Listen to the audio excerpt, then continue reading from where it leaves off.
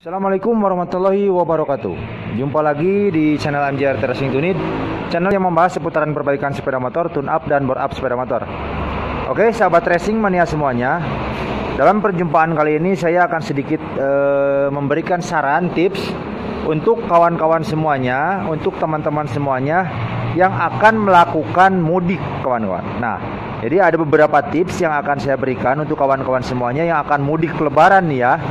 Jadi dalam perjalanannya nanti mudah-mudahan tidak terjadi sesuatu yang tidak diinginkan. Nah, untuk menjaga itu kita harus mengecek beberapa part dan beberapa kondisi dari motor kita yang akan kita gunakan. Saya memberikan tips ini bukan dalam artian kawan-kawan tidak perlu ke bengkel. Jadi kawan-kawan memang harus ke bengkel, cuman sebelum kawan-kawan berangkat ke bengkel, sebelum kawan-kawan berangkat servis motor kawan-kawan, alangkah baiknya kawan-kawan mengetahui dulu sendiri kondisi dari motor kawan-kawan itu. Nah ya, yang pertama yang harus kawan-kawan cek, persiapkan, lihat dari bawah dulu kita ya, lihat kondisi dari roda kita, lihat kondisi dari ban kita. Nah, kondisi ban kita, apakah ban kita masih mumpuni, apakah ban kita masih layak untuk digunakan. Nah, untuk melihat ban, kawan-kawan jangan terkecoh dengan masih bagusnya kelihatan atau masih tebalnya ban ini yang akan kita gunakan. Kenapa bisa demikian? Karena ban ini ada kadaluarsanya, kawan-kawan. Nah, apabila kawan-kawan sembarangan menggunakan ban, apalagi dalam jarak jauh, kalau misalkan kondisi ban kawan-kawan sudah kadaluarsa, itu akan berakibat fatal. Nah, ini ban nantinya akan terasa sangat licin sekali, teman-teman. Nah, di sini teman-teman untuk melihat ban ini layak pakai atau tidak, teman-teman bisa melihat di sini. Di sini di pinggiran ini, di pinggiran ban, di sini biasanya ada tanggal kadaluarsa atau tanggal pembuatan. Nah, di sini teman-teman bisa lihat di sini sebagai contoh ya. Di sini ada tanggal, di sini ada angka 0721. Nah, itu menandakan ban ini dibuat bulan 7 2021 atau dikeluarkan bulan 7 2021. Nah, di sini kawan-kawan biasanya untuk kadaluarsa ban ini 1 tahun dari tanggal pembuatan. Nah, jadi untuk melihatnya seperti itu ya. Pokoknya di sini lihat tanggal dan bulan dan tahunnya. Kalau misalkan dari dari bulan dan tahun ini ke depan pas mau kawan-kawan gunakan ini sudah lewat dari setahun, berarti itu ban sudah kadaluarsa. Oke, seperti itu saja mungkin untuk mengecek ban. Kemudian kita pindah ke yang lain. Di sini rem, tingkat pengereman ya. Di sini kawan-kawan harus mengecek kondisi dari kampas rem ya. Di sini kampas rem teman-teman bisa cek. Nah, di sini ketebalannya bisa cek, terus kondisinya kampas ini kondisinya seperti apa, apakah masih tebal, apakah masih layak digunakan atau tidak.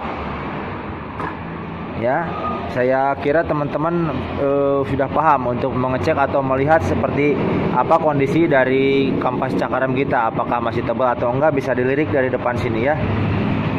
Kemudian kampas rem belakang juga bisa dicek. Kampas rem belakang seperti sama dengan kampas rem depan ya, dicek saja. Terus apabila kampas rem belakang posisinya atau bukan rem cakram ya, atau masih dalam keadaan rem trombol, teman-teman bisa dicek dari pedal ini. Kalau pedal diinjak dalam atau sudah disetel dari belakang sana setelannya, tapi pas diinjak masih dalam posisi dalam, itu harus menandakan sudah diganti ya.